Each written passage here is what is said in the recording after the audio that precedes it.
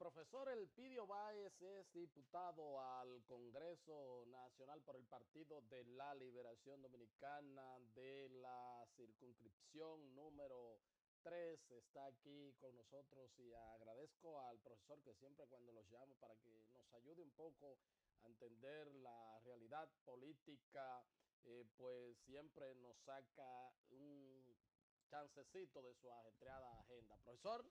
Bueno, encantadísimo. ¿Cómo no? Bueno, hay una situación ahora mismo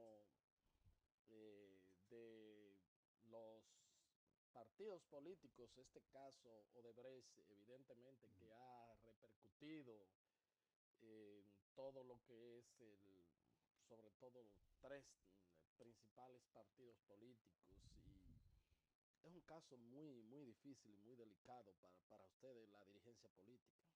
Sí, pero la cúpula política debe aprovechar el caso Odebrecht para adecentar la política.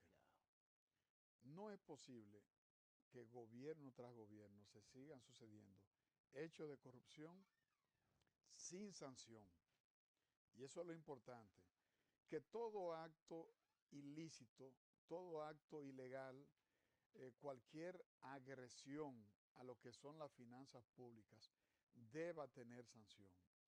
Vivimos en un estado de derecho, en un estado democrático de derecho y lógicamente, si se aplica la ley y la gente siente que hay una justicia que funciona, entonces el nivel de irritación no fuera el nivel que tenemos en estos momentos.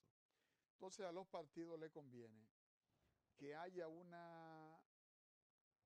adesentamiento de la sociedad, que las instituciones funcionen, que las debilidades institucionales no pongan en riesgo ni la seguridad jurídica, ni la seguridad ciudadana, ni la seguridad sanitaria, ni la seguridad alimentaria. Es decir, la cúpula política deben aprovechar ese movimiento verde que está en la calle pidiendo lo que todo el mundo pide. ¿Qué pedimos todo? Que el dinero público sea bien administrado, que el dinero público sea invertido en la solución de los problemas básicos de la sociedad. Ahí está la población recibiendo los beneficios de un nuevo modelo educativo, el sistema de tanda extendida. En 4 años, ¿cuántas escuelas ha construido el gobierno? Con dinero público. En 4 años, ¿cuántas estancias infantiles ha entregado el presidente de la República?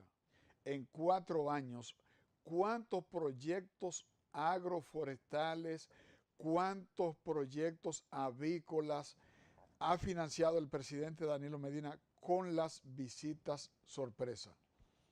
¿Cuántas calles han asfaltado? ¿Cuántas obras públicas, cuántos hospitales en el área de la salud el gobierno está interviniendo de manera simultánea? Y eso es con fondos públicos. ¿Cuántos centros diagnósticos se están construyendo en los pueblos? Y eso es con dinero público. Por eso a la gente le duele cuando un funcionario, un empresario o un empleado o quien sea se apropia de manera ilegal de los fondos públicos que van destinados para las grandes obras. Le voy a poner el ejemplo de Punta Catalina. ¿Qué está haciendo el presidente? El presidente está diciendo, vamos a construir 2 plantas para que el Estado se ahorre 600 millones de dólares anuales. Resuelve, no resuelve, mejora el problema energético, porque el Estado va a generar energía con las 2 plantas a carbón a un precio bajo. Eso obliga a que los empresarios que producen energía, entonces le vendan al Estado a un precio razonable. Y entonces el Estado deja de endeudarse en los niveles en que se ha endeudado para pagar un servicio energético caro, malo y que pone al Estado en contra de la espada y la pared y lo obliga a endeudarse.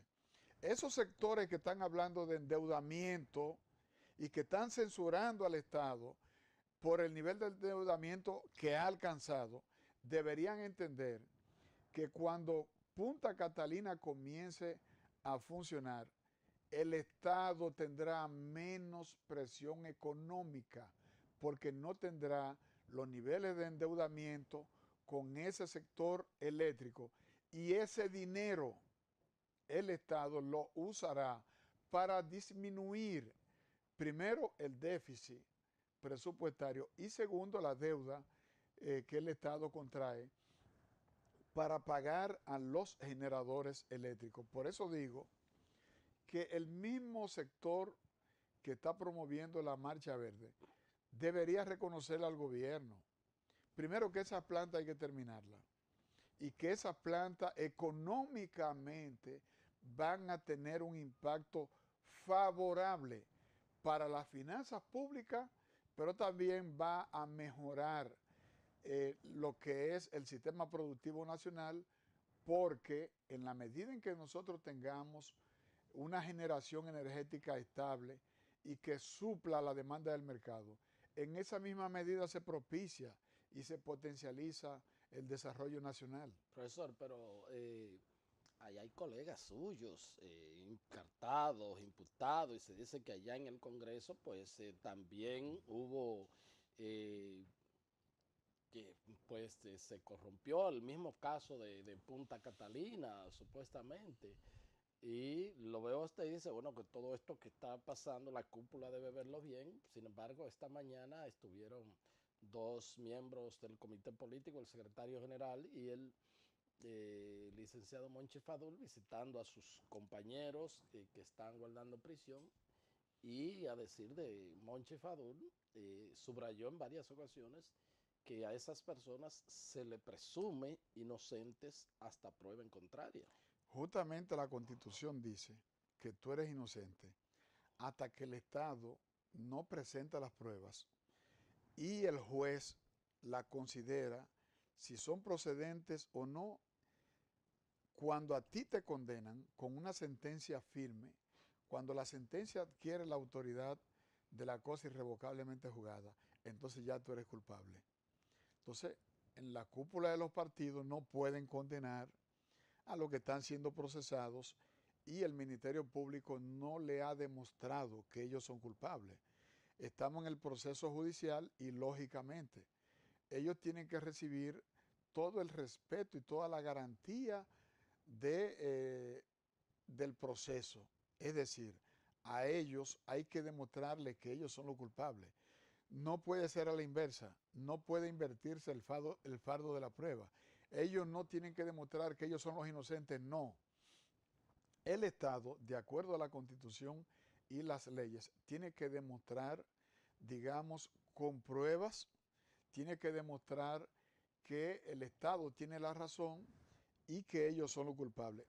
Hasta tanto esto no ocurra, ellos son inocentes porque la Constitución le garantiza esos derechos.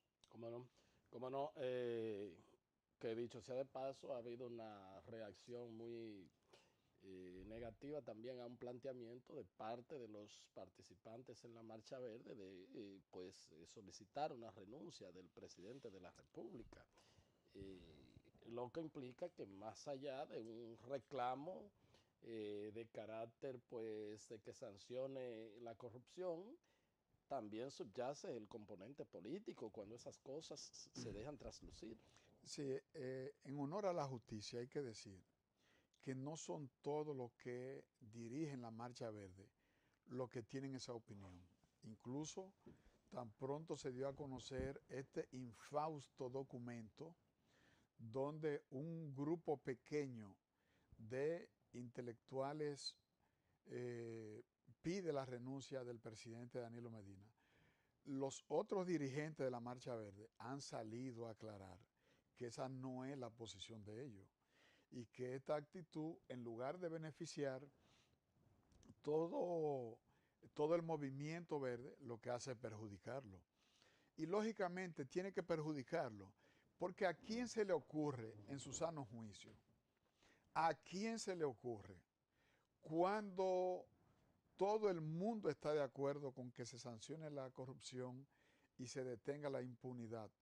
Y cuando los tribunales están apoderados de los expedientes y cuando los imputados están guardando medidas de coerción, unos prisión domiciliaria, otros prisión preventiva en Najayo y otros están, digamos, Tienen medidas sí, aplicadas. en este caso garantía Sí, económica, garantía. ¿verdad?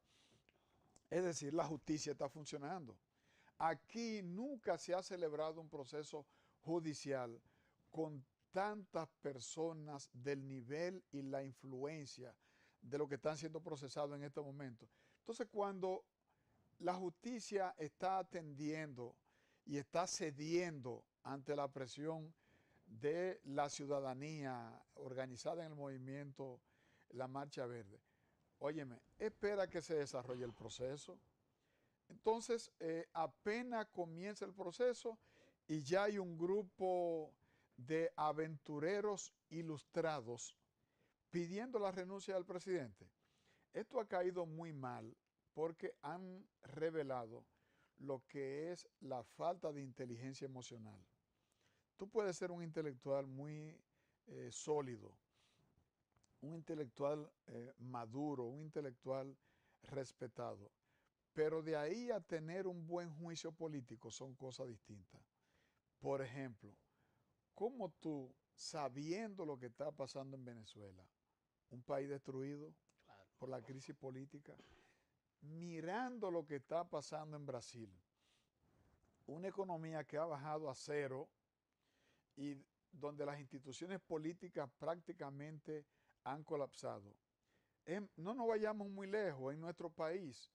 ¿Qué pasó en septiembre del 63?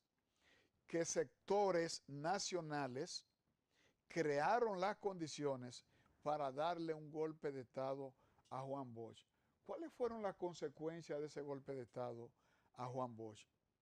No hubo una revolución, luego no vino una intervención y luego no sufrimos durante 12 años un gobierno de fuerza encabezado por el doctor Joaquín Balaguer. ¿Acaso el atraso que exhibe la República Dominicana en parte no se le debe a aquella interrupción de un gobierno constitucional? ¿Acaso la revolución no ha sido la única revolución en República Dominicana para pedir la vuelta a la constitucionalidad?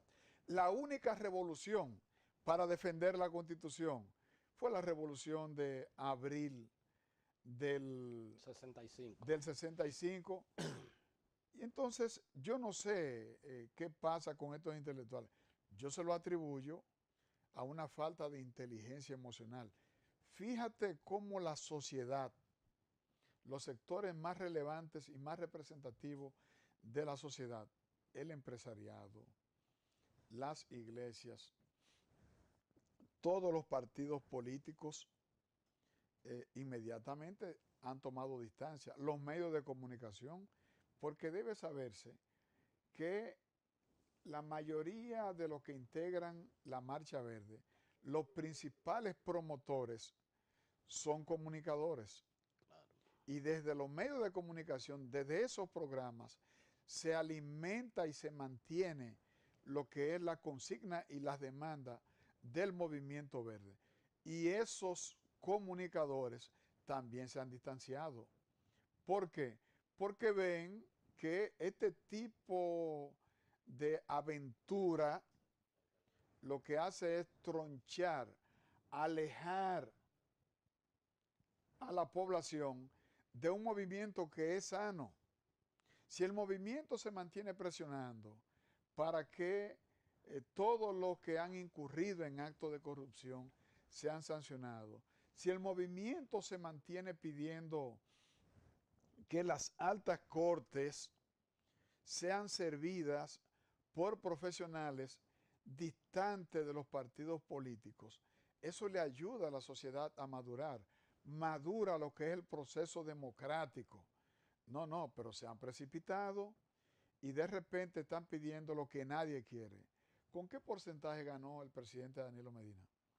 Con el mayor porcentaje que un presidente ha alcanzado esa posición. ¿Con qué porcentaje ganó el Partido de la Liberación Dominicana? Solo ganó en la primera vuelta. Y entonces, esta manifestación de democracia electoral, esto hay que preservarlo. ¿Qué están pidiendo ellos? Interrupción del proceso constitucional. Un gobierno provisional. ¿Usted sabe qué significa un gobierno provisional? Significa tumbar el que está, tumbarlo. Y que venga un gobierno de facto. Pero no solamente el presidente se va a ir, se va la vicepresidenta también. Claro. ¿Eh? Y entonces, ¿quiénes van a hacer la nueva constitución que ellos están pidiendo para darle paso a un nuevo gobierno? Estamos diciendo, señoras y señores, que estos son unos intelectuales cuya capacidad política hay que poner en duda, porque la mayoría de ellos, de los que está firmando ese documento, fueron de candidatos. Perdieron. Y perdieron. Andrés L. Mateo, por ejemplo, fue candidato a diputado por la circunscripción número 1 del Distrito Nacional. ¿Cuántos votos obtuvo? Pero lo mismo Pedro Catrén fue candidato a senador por el PRM en Samaná. En Samaná. ¿Cuántos votos sacó Pedro Catrén en Samaná? Y podemos examinar candidatos a regidores. Un candidato a diputado, Camaño Vélez, un joven con un futuro brillante, prometedor, está defendiendo ese tipo de cosas. Cuando Francisco Alberto Camaño Deñó encabezó, lideró y fue presidente del gobierno constitucional de 1965. Por el retorno a la constitucionalidad. Por el retorno a la constitucionalidad. Y este muchacho está pidiendo que se viole la Constitución, que se desconozca la Constitución y que vayamos a un baño de sangre. ¿Qué empresario? Yo quiero que me digan a mí, luego de ver lo que está pasando en Venezuela y lo que está pasando en Brasil, para solamente poner dos ejemplos, ¿qué empresario va a apostar al caos?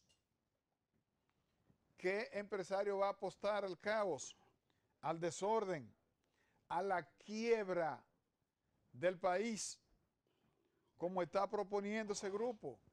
La verdad que es un asunto fuera de todo contexto. Profesor, le solicito su anuencia para ir a cumplir con unos compromisos y me quedan apenas un par de minutos ya para cerrar con esta interesante entrevista con el profesor Elpidio Báez.